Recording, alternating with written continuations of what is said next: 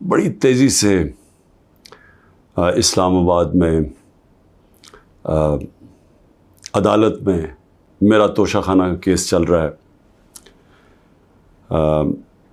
हुमायूं दिलावर साहब प्रेजाइड कर रहे हैं उसमें, और हमने कोशिश बड़ी की है कि chief justice Islamabad high court और बिस्मिल्लाहिर्रहमानिर्रहीम। अस्सलाम वालेकुम नाज़रीन इकराम, पहले आप ये वीडियो देखिए फिर इस पर डिटेल में बात करते हैं, क्योंकि ये हक होता है एक जो हर शख्स का, इसका हमें आइन, हमारा कानून हक देता है कि अगर हमें एक इत्मीनान एक जज पे नहीं होता तो हमारा हक होता है कि हम अप्लाई करें कि हमारा केस ट्रांसफ़र कर दें।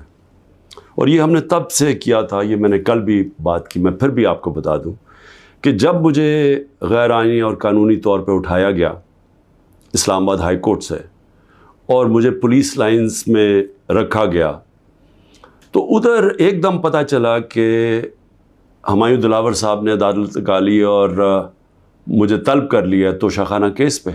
ना मेरा वकील, ना मुझे पता है किसी चीज़ का, और उस केस में फिर फर्द जुर्म लगा दिया। कानून तो यह है कि मुझे बता के लगाना चाहिए था, बताए बगैर लगा दिया। तो हमें तब ही समझ आ गई कि ये हमें यहाँ इंसाफ नहीं मिलेगा। तो उसके अगले दिन हमने तब से अप्लाई किया इस्लामाबाद हाई कोर्ट में ट्रांसफ़र का। अब मैं बात कर रहा हूँ 12 मई को, ये तकरीबन अब समझ लें कि 3 महीने गुजरने लगे। तब से अप्लाई किया हुआ है और कोशिश करते गए कि हमारा केस इस अदालत से निकाला जाए। उसके बाद बहरहाल जो मैंने आपको बताया कि केस हुआ, मैंने 35 सवाल दिए गए। मुहर्रम की 3 छुट्टियां थी, बड़ी मुश्किलों से हमने वो अकाउंटेंट को ढूंढा। असल में ये सारे सवाल टैक्स के बनते हैं। ये जो इस अदालत में सवाल हैं ये हैं सारे टैक्स के, क्योंकि कहा जी आपने ये डिक्लेयर नहीं किया, आपने ये बेचा, ये डिक्लेयर नहीं किया। तो मैंने वो सारे 35 के 35 सवालों का जवाब दिया और हर एक का जवाब मैं खड़े होकर अदालत में एक एक का जवाब दिया। तो वो जो एक जगह, और इन्होंने सरकारी 2 गवाह पेश किए। अब सरकारी गवाह क्या उन्होंने गवाही देनी थी, तो हमने कहा क्योंकि वो जो जवाब हैं उसके लिए मेरे अकाउंटेंट की ज़रूरत है, क्योंकि एक 40 साल से मेरे अकाउंटेंट वही फर्म है। मेरे पास जो पैसे आते हैं, जो मेरे खर्चे होते हैं, वो मैं उनको बता देता हूँ। वो फिर टैक्स फॉर्म्स भर देते हैं, वही इलेक्शन कमीशन की फॉर्म्स भरते हैं, वही वेल्थ टैक्स जो होता है वो भरते हैं। तो उनके पास सारा रिकॉर्ड होता है। तो अब मैं तो नहीं जवाब दे सकता कई चीज़ों के। तो मैंने गवाह के अंदर अपने अकाउंटेंट को कहा कि वो बैठे, और वो जो ख़ास तौर पे एक जगह पे बात फंसी हुई है कि जी पैसे तो आप शो कर रहे हैं, लेकिन पैसे के ऊपर आपने ये नहीं लिखा कि तोशाखाना का पैसा था। अमाउंट पूरा है लेकिन तोशाखाना नहीं, वो नहीं लिखा। तो ये अकाउंटेंट ने बताना था कि वो फॉर्म उसने जैसी भी भरी, क्योंकि फॉर्म तो वो भरता है। बहरहाल 1 घंटे का टाइम दिया गया और कहा कि 1 घंटे में आप ये नहीं पहुंचेगा तो चलो।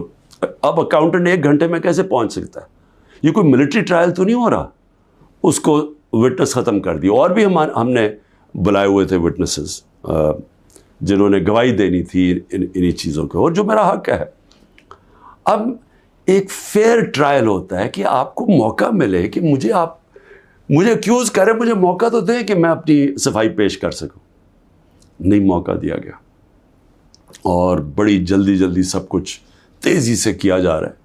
छुट्टियों में कभी ट्रायल नहीं होता। ये आजकल अदालतों की छुट्टियां हैं, छुट्टियों के अंदर डे टू डे ट्रायल हो रहा है। जल्दी पड़ी हुई है कि किसी तरह ये बस जल्दी से ख़त्म हो जाए। मौका भी नहीं दे रहा है। एक दिन क्या हो जाएगा कि 1 दिन डिले हो गया, 2 दिन डिले हो गया, कौन सी क़यामत आ गई? विटनेसेस आए, हम तो मुतमईन हो जाएं कि हमने अपना केस पूरी तरह लड़ा है।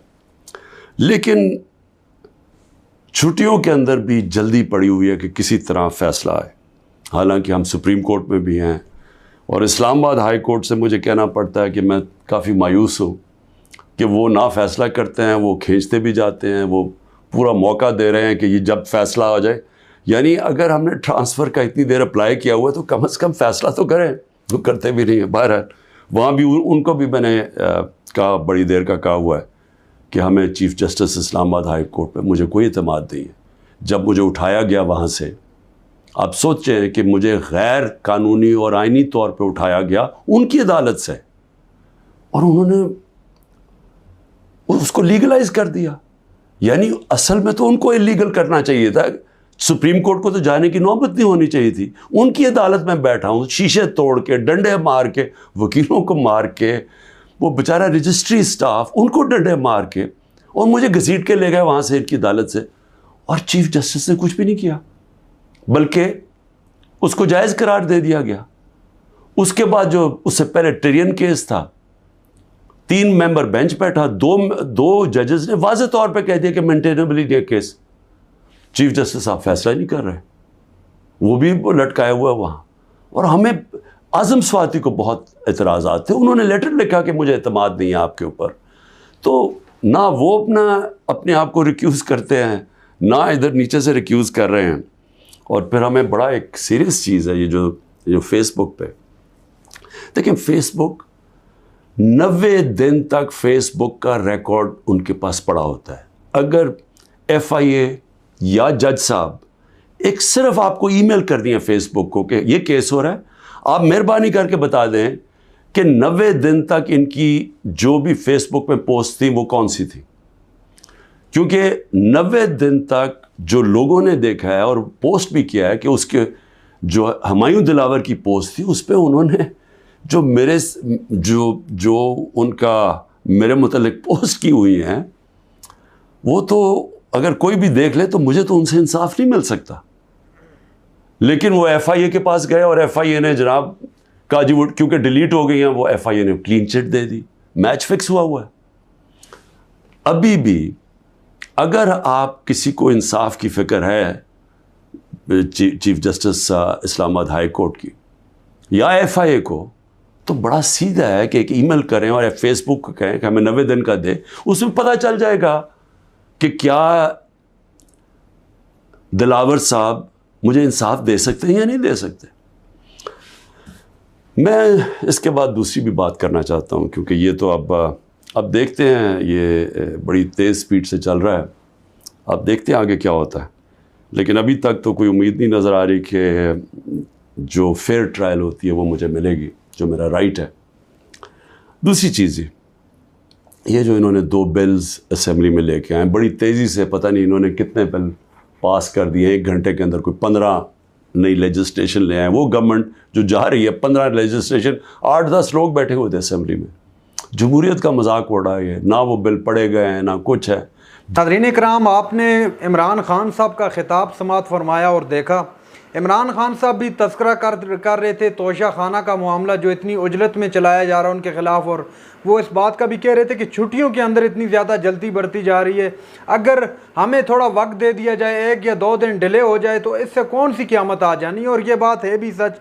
दूसरी जानब उन्होंने तस्करा किया फेसबुक पोस्टों का, जो जज दिलावर हुमायूं साहब की पोस्टें कुछ सामने आई थी और जो बाद अचानक डिलीट कर दी गई थी, और FIA ने उस पर एक इन्वेस्टिगेशन रिपोर्ट तैयार की और रिपोर्ट में कहा गया कि अब चूंकि वो सिर्फ स्क्रीनशॉट है, उनका URL नहीं है, तो अब उसके बारे में कुछ भी नहीं हो सकता। उस हवाले से भी इमरान खान कह रहे थे कि अगर आप कोई जज जो है फेसबुक को ईमेल कर दे कि आप बराए करम हमें उन पोस्टों का URL प्रोवाइड करें या वो पोस्टें प्रोवाइड करें, तो फेसबुक बआसानी दे देता है। और एक क्रिएटर होने के नाते मैं ये बात बखूबी जानता हूँ कि फेसबुक कर लें, यूट्यूब कर लें, इनके पास डेटा एक अरसे तक रहता है, अगरचे उसे ओनर डिलीट ही क्यों ना कर दे तो वो उनके पास बहरहाल बाकी रहता है। ये उस चीज़ का तज़किरा कर रहे थे। गिरफ्तारी के इम्कानात भी हैं इमरान खान के, उसके अलावा इमरान खान की नाअहली के भी इम्कानात बहुत ज़्यादा हैं और लग रहा है कि इमरान खान के गिर्द घेरे को बहुत ज़्यादा तंग किया जा रहा है। नाज़रीन इकराम, ये थी आज की हमारी वीडियो। चैनल पर जो नए चैनल को सब्सक्राइब करने, अगली वीडियो तक के लिए अल्लाह हाफ़िज़।